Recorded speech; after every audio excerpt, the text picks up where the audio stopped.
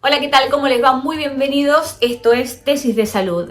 ¿Y quién hubiera dicho, no, cuando comenzamos a hacer los programas en casa, que hoy, casi 3 meses después, íbamos a seguir en la misma situación? Pero aquí estamos, acechados por una enfermedad que todavía desconocemos en muchísimos aspectos, que nos sigue asustando y que nos sigue afectando nuestra vida cotidiana. Por eso, desde Tesis, te seguimos acompañando con toda la información que necesitas para atravesar esta situación tan complicada de la mejor manera posible.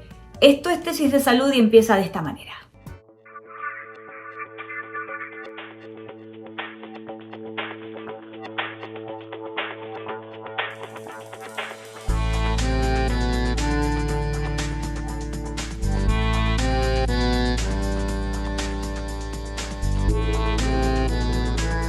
Y también, como siempre, está con nosotros el doctor Marcelo Alac, médico cardiólogo. Doc, hoy queremos preguntarte qué están observando ustedes los cardiólogos en la práctica diaria en relación a cómo está afectando el virus, específicamente el aparato cardiovascular.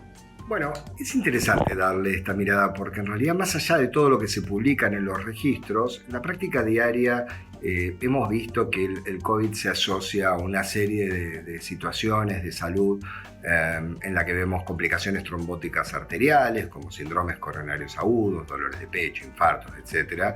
Y complicaciones venosas, como es el tromboembolismo, es decir, cuando se ocluyen las venas. Pero también puede afectar el músculo cardíaco, se pueden producir miocarditis en los casos de los pacientes que consultan con insuficiencia cardíaca aguda, arritmias, es decir, como consecuencia de un síndrome coronario agudo puede haber una arritmia que se interponga en el cuadro de este paciente, o como efecto colateral de proarrítmico del tratamiento médico que uno le indica, ¿no? Ahora, las situaciones estas pueden ser enfocadas desde el punto de vista de lo que ocurre en agudo, y en agudo se ha demostrado la presencia de infiltrados de células mononucleares intersticiales en el miocardio de estos pacientes, y también presencia globalmente de enfermedad coronaria, insuficiencia cardíaca, enfermedad cerebrovascular. Es decir, son cuestiones que pueden aparecer en agudo, pero tampoco se conoce exactamente qué es lo que ocurre con la evolución cardiovascular a largo plazo, ¿no? Es decir, sabemos que hay un cuadro neumónico y hay una hipercoagulabilidad sistémica en agudo, pero también esta actividad inflamatoria puede persistir a largo plazo, ¿no? Fíjense que los estudios de seguimiento de la pandemia del SARS demostró que los pacientes que habían tenido esta enfermedad tenían en muchas ocasiones trastornos del control del colesterol, anormalidades en general del sistema cardiovascular y eventualmente hasta del metabolismo de la glucosa. Estos pacientes se lo trataba con corticoides, lo cual podía de alguna manera permitir este control, pero bueno, no está ocurriendo en estos pacientes. Hay mucho de lo que estamos viendo en este momento que tenemos por conocer.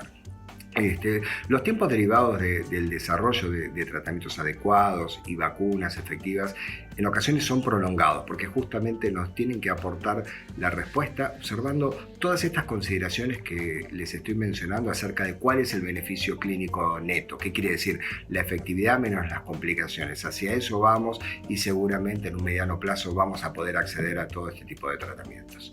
Y sabemos que el coronavirus afecta más gravemente a personas que tienen patologías previas, por ejemplo, diabetes. Por eso consultamos a un especialista, está con nosotros el doctor Gabriel Lichterhoff. Doctor, ¿cómo afecta justamente el COVID-19 a personas con diabetes? Lo que hemos visto en distintos trabajos que se han presentado es que de las personas que han tenido enfermedad por COVID-19, del 20 al 50% presentan diabetes. Es decir, que junto con otros factores de riesgo como el asma, enfermedades cardiovasculares, mayores de 65 años, constituyen lo que se llama un grupo de riesgo. ¿Qué significa ser un grupo de riesgo? Significa personas que por su patología, sus enfermedades preexistentes, tienen mayor posibilidad, una vez que se infectan por coronavirus, de generar una enfermedad. Y ahí sí vamos a diferenciar, o vamos a comentar a la gente que por ahí ve lo mismo infectarse que enfermarse. O sea, cuando uno se infecta, se coloniza con gérmenes que son potencialmente dañinos para la salud de la persona, y cuando uno ya tiene una enfermedad, es que esa colonización de gérmenes, esa infección, ha generado manifestaciones clínicas. Entonces, la persona con diabetes, en base a esto que hemos comentado, tiene una mayor vulnerabilidad. ¿Eso qué quiere decir?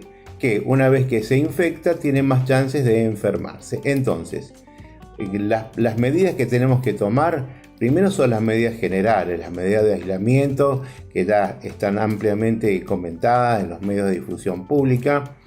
Y sí vamos a comentar algunas particularidades de las personas que tienen diabetes, pero esencialmente cuando vemos qué le hace el virus a la persona y qué pasa con la persona que tiene diabetes. Para empezar, este virus, este coronavirus, hay muchos coronavirus, entre los cuales el de la gripe común también es un coronavirus, pero esto tiene COVID-19 tiene la característica de ser un organismo muy infectante, es una capacidad de contagio muy amplia. De ahí que, si bien la mortalidad es globalmente muy baja, del 2%, pero es tan contagiosa que eso explica los números que tenemos y que son de público conocimiento y que día a día van aumentando, porque el 2% de un número muy grande ha significado un riesgo muy grande. Y cuando hablamos de un 2%, estamos haciendo una evaluación global, porque en los menores de 19 años del 0,2% la mortalidad, y las personas mayores de 80 años se acerca casi al 15%. De ahí que es tan importante respetar las distintas medidas de aislamiento generales para cualquier persona. ¿Por qué la persona con diabetes es más susceptible? Sabemos que las personas que tienen diabetes tienen la inmunidad está más comprometida que una persona sin diabetes, entonces tiene más chances de, una vez que se infecta, enfermarse. Y a su vez, la persona que tiene diabetes, se han visto los estudios que mientras mejor control metabólico tienen previo a enfermarse, tienen una mejor evolución de la enfermedad. Por eso es tan importante tener los cuidados y tener un buen control metabólico, buscarlo aún en el contexto de la presente pandemia. Y las consecuencias, las manifestaciones de todo lo que nos está pasando en estos momentos complicados se pueden manifestar de diferentes maneras. Queremos saber si afectan, por ejemplo, a nuestra piel, y por eso está con nosotros Luciana Pina Fleixman, que es dermatóloga. Luciana, ¿el estrés puede afectar la piel y qué signos se pueden ver en nuestra piel, ¿no?, con respecto al estrés durante esta cuarentena? El estrés sobre la piel genera alteraciones por dos mecanismos diferentes. Un mecanismo es la disminución de la inmunidad natural que tiene la misma, generando un ambiente propicio a que algunos microorganismos la ataquen, ya sea bacterias, hongos, virus. Somos mucho más proclives a tener herpes o activación del virus de la varicela, generando una culebrilla o un herpes zóster. Por otro lado, cuando uno está muy estresado, se libera adrenalina y se libera también otra hormona que se llama cortisol. Y esto puede generar, por ejemplo, un brote de acné, y la liberación de adrenalina y la liberación de histamina puede generar que un paciente que es atópico, que es alérgico, se alergice mucho más y que tenga ataques de picazón, de eczema, de prurito, de ardor de la piel o urticarias, ¿sí?, generando muchísimo malestar en nuestros pacientes. También podemos tener brotes y exacerbaciones de enfermedades crónicas, como son la psoriasis o el vitiligo, o algunos pacientes, por ejemplo, lúpicos, que puedan alterar más su patología de base. Y una gran pregunta: ¿qué ocurre con el lavado frecuente o excesivo y el alcohol en gel usado tan abundantemente como en estos días? ¿Puede dañarnos? ¿Nos puede afectar? En esta época de pandemia, el uso de alcohol en gel se multiplicó, y con ello se multiplicaron también los efectos adversos que ejerce esta sustancia sobre la piel. El alcohol desinfecta porque destruye la membrana lipídica de los gérmenes, pero a la vez genera que nuestros lípidos, que nuestro sebo también se encuentre damnificado por el uso del mismo. A la vez, hay algunos microorganismos que son flora normal de la piel y que nos ayudan a defendernos contra algunos de estos bichitos que nos pueden llegar a atacar. Y algunos más que a otros, pero inevitablemente el encierro, la cuarentena y la situación de pandemia nos afecta emocionalmente. Está con nosotros Analía Forti, consultora psicológica. Analía, ¿cómo manejamos la empatía en estos tiempos? Estamos transitando un tiempo donde se hace indispensable la empatía.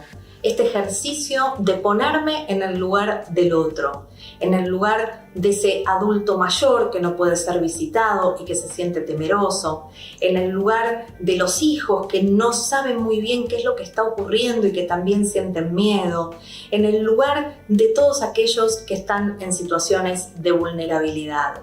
Es un momento de empatía, un momento de desarrollo de la solidaridad y un momento en el cual pensar este contexto social desde un lugar resiliente es una actitud sumamente favorecedora. Trabajemos con la flexibilidad personal, escuchemos a los otros en sus necesidades emocionales. Dentro de las familias, si bien cada uno está viviendo esta situación del modo en que puede, están apareciendo en cada uno de los miembros sentimientos, vivencias, percepciones y anticipaciones de todo tipo. La mesa familiar, ahora que esta circunstancia nos lleva a poder compartir cada una de las comidas del día, que en esa mesa familiar, en esa reunión de comensalidad, tengamos la oportunidad de poder dialogar sobre los sentimientos y las emociones que aparecen en cada uno de los integrantes. Tiempos de empatía, tiempos de solidaridad, tiempos de flexibilidad, de tolerancia a la frustración y de amorosidad. Tiempo de quedarse en casa. ¿Y qué podemos sacar de positivo de quedarnos en casa? Nuestra realidad es creada por nuestros pensamientos y también la vamos creando y recreando en base a nuestras percepciones de lo que sucede. Este tiempo de encierro en casa, este tiempo de confinamiento, es una oportunidad maravillosa para poder construir, reconstruir y fortalecer los lazos familiares y los vínculos entre padres e hijos. En este acompañamiento diario en la realización de tareas, de parte de los hijos en poder ver cómo los papás trabajan desde casa, poder colaborar todos juntos para llevar adelante el funcionamiento de esta familia. Es importante para los hijos sentir que pueden ser colaborativos, sentir que ellos pueden participar de este destino en pos del bien común de la familia transitando esta situación de adversidad. A partir de los 40 años, tus articulaciones se empiezan a desgastar. Elegí atacar solamente el dolor o atacar la causa que lo genera. Curflex te ayuda a restablecer la flexibilidad de tus articulaciones. Curflex, seguí haciendo lo que disfrutás.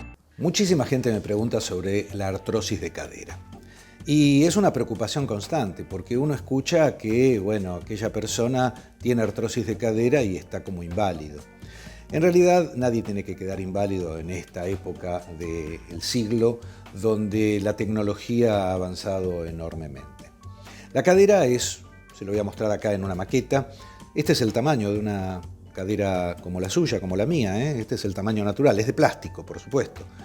Pero esto le va a mostrar que la cadera, que es una bocha que entra dentro de una cavidad, hace todos los movimientos que le permite caminar, levantarse, hacer ejercicios y demás. Cuando esta articulación, cuando el cartílago que rodea esta cabeza se empieza a desgastar, eso es la artrosis de cadera. ¿Y cómo se da cuenta? Mire, fundamentalmente en los movimientos. La gente le cuesta cortarse las uñas del pie, ponerse las medias, calzarse los zapatos, ponerse la ropa. Es una serie de movimientos que se le van limitando así, lentamente y en forma silenciosa. Esto usted se puede dar cuenta cuando tiene que salir del auto, que le cuesta, cuando tiene que levantarse de una silla y dar los primeros pasos.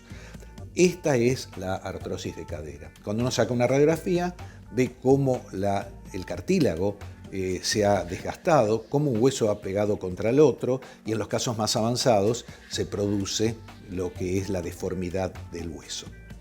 Antes de llegar a eso, usted puede hacer muchas cosas. Primero y principal, detectar dónde son sus dolores y qué es la artrosis y dónde duele. Porque mucha gente dice, me duele mucho la cadera, y acá, esta es la cintura, esta es la columna lumbar, de acá viene lo que es la pelvis, no es la articulación de la cadera. La cadera duele en la ingle y da dolores irradiados en la rodilla. Cuando a usted le duela la ingle, ahí estamos hablando de una artrosis de cadera, no acá, no en la cintura. Es importante saber que si lo detecta a tiempo, esto puede frenar el avance. Hay posibilidades de medicamentos adecuados que endurecen el cartílago para hacerlo más resistente al desgaste, para que ese cartílago se gaste más lentamente. Hay ejercicios para poder mantener la agilidad y la movilidad de las articulaciones. Y también tratamientos para poder hacer que, si se va pegando la articulación, esto se pueda despegar con algo que llaman ondas de choques y una serie de ejercicios complementarios. A medida que se va gastando el cartílago, se va acortando un poquito la pierna, porque lo que le falta de arriba le está faltando abajo también. Entonces, tiene que compensar. ¿Para qué? Para evitar el rengueo, porque cuando uno empieza a renguear, a uno lo vuelven loco diciéndole ¿qué te pasa? ¿Qué te pasa? Y todo el mundo le tiene que dar una explicación. Bueno, empiece a hacer algún informe y déselo a cada uno de ellos, porque es una cantinela que tiene que andar repitiéndole a todo el mundo. Bueno, la artrosis de cadera, sí, saca elegancia, y usted puede hacer que esto se pueda tratar adecuadamente. Lo más importante es detectarlo a tiempo y saber que con una simple radiografía usted ya tiene un diagnóstico. Y existe, ojo, tenga en cuenta, artrosis de cadera a edades muy tempranas. Hay algo que se llama necrosis avascular, que puede empezar a los 35 años. No es que esto es privativo de gente grande. La gente grande y con una herencia de padre, abuelo, bisabuelos con artrosis, está con un poquito más de riesgo. Pero también existen otras artrosis tempranas que a lo mejor o por algún golpe o por algún esfuerzo o algún accidente que tuvo, esa articulación se desgastó. Artrosis de cadera, tomado a tiempo, tiene una vida muy buena. ¿Cuándo hay que operar? Mire, es fácil, no lo decide ni usted ni lo decide el médico, lo decide el zapato. Si usted no se puede poner el zapato, señora, tiene que operarse y vuelve a recuperar la calidad de vida. Pero antes de eso, hay un montón de tratamientos que realmente usted los puede probar. Nos vemos en el próximo video. Y este es el momento de ocuparnos de los niños, y por eso está con nosotros la doctora Ana María Balanzat, médica pediatra y neumonóloga. Vamos a ver cómo el humo afecta a los chicos, sobre todo ahora que están en casa.